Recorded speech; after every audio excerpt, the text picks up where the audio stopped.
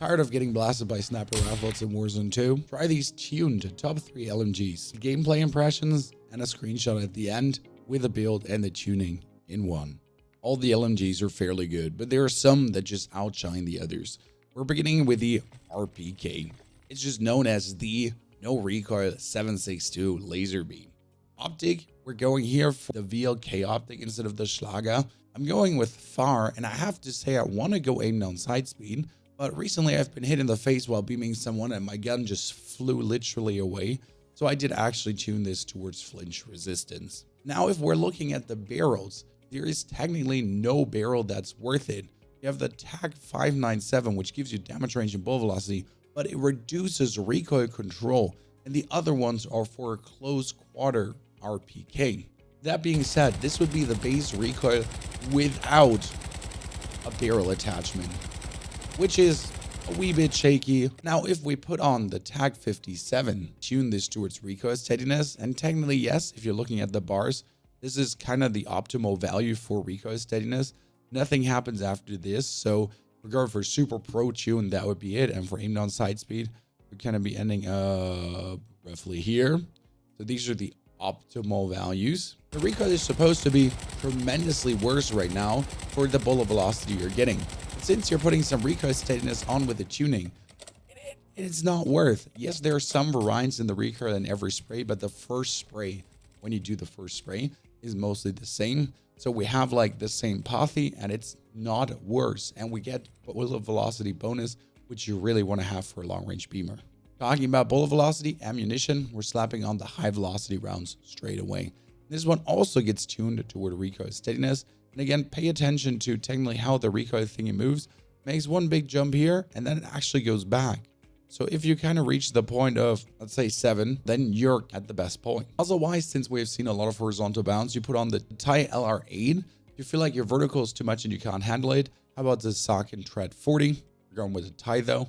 Tune this towards the recoil stabilization, which is good at 0.65, and gun kick control here, which is also good at 0.25 kind of. Now we do have 4 attachments already on without underbarrel and stock. And the recoil is quite in a good way. So we have this under control nicely, and we can really take care of the horizontal bounds. But we are far from being perfect. Now, which grip will be the best? And that's where I pull out my chart that we made in the last video. And we need a recoil that goes slightly to the right in the beginning, then to the left, and then even more to the left. So we have kind of the VX Pineapple, which does actually mimic that behavior. But also the Hex 40 is really same-o in that way. And the Bruin Tilt grip feel the same way, especially with the Bruin Tilt doing a nice horizontal shrink.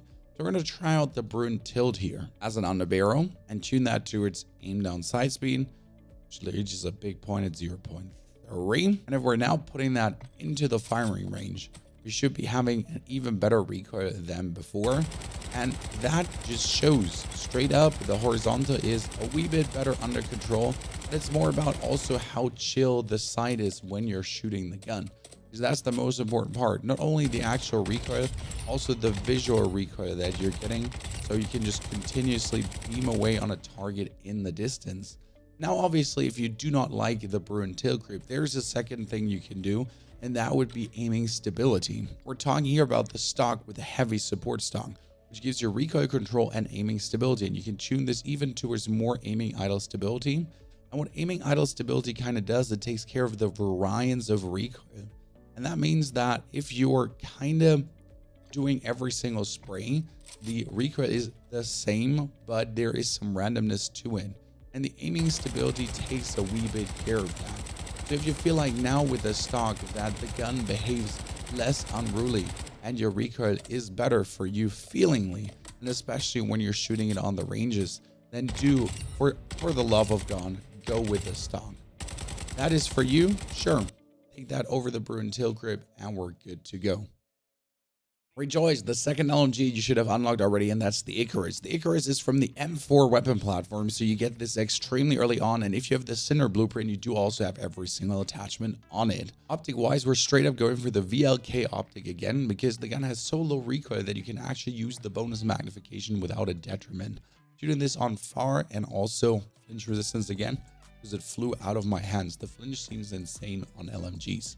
For the barrel, we have this time one that doesn't reduce our recoil, but it gives us damage range and bullet velocity. And again, we're tuning this towards recoil steadiness. You know, 0.4 is kind of the optimum, and afterwards it goes down.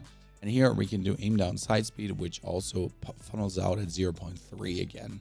Now, before we put on any other, let's check the recoil. And that is already very stable on the Icarus. It has a higher fire rate than what you're used to the RPK. And yes, it pulls straight off to the right. Instead of going to the left, nope. The gun in one laser beam goes off to the right. I've actually never have seen a gun go like that much. And when you're actually shooting it, and this is like really without any much attachments, you can nicely keep it on, but be aware that it has a stronger pull because it has a higher fire rate. Now we saw a little bit of our horizontal, but also that the gun just really fast goes away. When you look at the muzzle, instead of just going for horizontal recoil control, I'll go for the Socket Tread 40 for vertical and horizontal. Tune this obviously towards a recoil stabilization and gun kick control, getting that up a little bit. And now we have to choose, do we want more bullet velocity, or do we really want to take care of this heavy pull recoil? The bullet velocity is already on a very good spot. So I'm actually going to slap on here the Choreo Precio factory stock for recoil control and aiming stability. We're tuning this a little bit towards aiming stability again.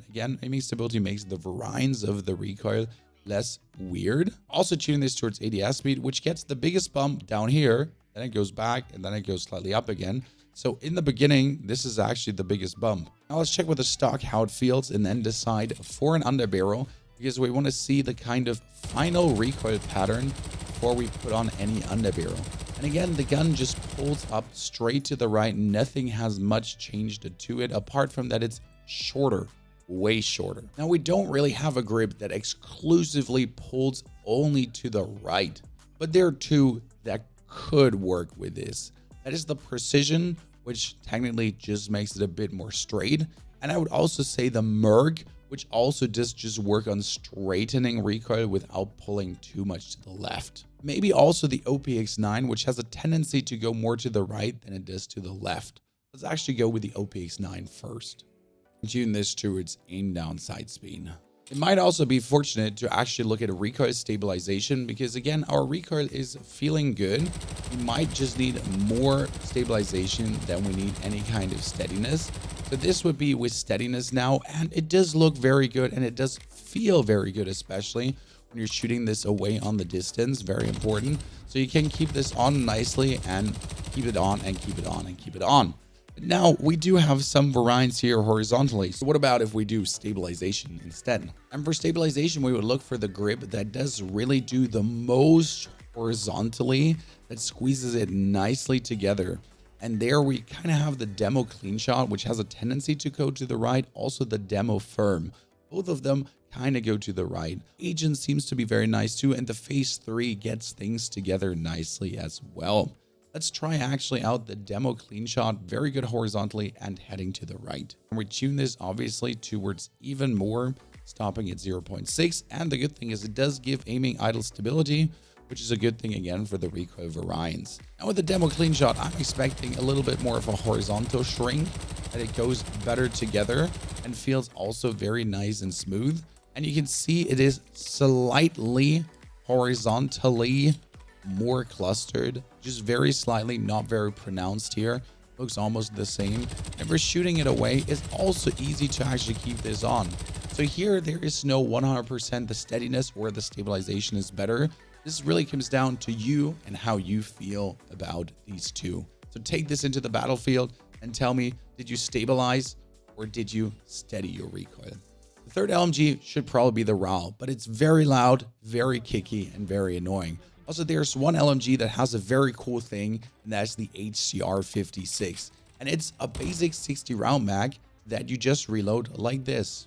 Optic wise, we're playing this one with a Schlager 34, tuning this for far and flinch resistance. Again, I'm a branded child here. Barrel wise, we can choose between a pre-suppressed barrel, which we don't really need, and a huge chunk of recoil control and bullet velocity barrel. Which one is more recoil control though? Starting with the Turako, you have a very chill and stable recoil already that just goes straight up, more or less. Not much horizontal. Bring that to the F-Tech Hornet. you should be getting a huge chunk of recoil control as well as you do bullet velocity. But I have to say, if you're already looking at this, it does feel less efficient. I mean, horizontally, yes, good. It felt way less stable than what the Tarako had to offer. So I might as well go for the Tarako, with a downside that we can't actually use a barrel because it's suppressed already. We tune this towards recoil steadiness and a slight aim down side speed. Now we can't take a muzzle for the bonus horizontal recoil control that we could, but we can put on the high velocity rounds that you're used to and even more recoil steadiness. Why do we always tune this towards recoil steadiness? Because the bullet velocity chunk is so huge that you don't actually need to look at that. It's 40-50% plus. So if you slightly tune these to steadiness, we're fine off. Except for the stock, the HCR has a coom, and the coom you can also go for recoil steadiness and aiming stability, which is kind of a very cool thing. So we tune again, huge chunk of aiming stability bonus, and then we make more recoil stabilization and steadiness in one. That's usually what some very good grips do. We have 4 attachments on already, and we're putting this into the firing range. It does just feel very decent. It's going up stable. It has some left and right bounce, but it's super controlled. And we do have a bunch of grips that can help us with this. Question again, steadiness or stabilization for this one. Now here, the Merc foregrip would seem perfect for me because the Merc is just straight going up and having a nice horizontal shrink going on, and tune this towards more aim down side speed. Very good thing about the HCR as well. It does just ADS very quick for an LMG. If you're now putting this in, it feels good with the steadiness, but I can't help myself and ask, what if I would put stabilization on? Could this not horizontally shrink this more together? When you're shooting it away and you're already feeling very nice on, and you can really compare to the other LMGs, probably hold your shot even better. The Demo M grip or even the Phase 3 grip seem kind of like the perfect choices for this. I think I'm going to go with a Phase 3, which has a very nice shrink together of horizontal recoil towards recoil stabilization and also aiming idle stability. And look at how much aiming idle stability we actually have with this build compared to others. Now putting this into the firing range compared to all the others, we have a very nice stable shot with the side staying on spot. So it does look horizontally a bit more shrunken than what we have here, especially the upper part, which is a bit clusterfest. This one is a bit longer, but therefore also more controlled. Now again, both are extremely similar and we're really min-maxing here, but it does feel both well. So again, you have the choice between Phase 3 or Merc foregrip. Did you like the new editing with some gameplay elements in between, trying to always get some shots in so you can actually see how the guns perform in a real world scenario? Now, if you're still unsure about grips and how they exactly work, this whole video explains about everything, and also there are the screenshots for these recoil charts below in the description.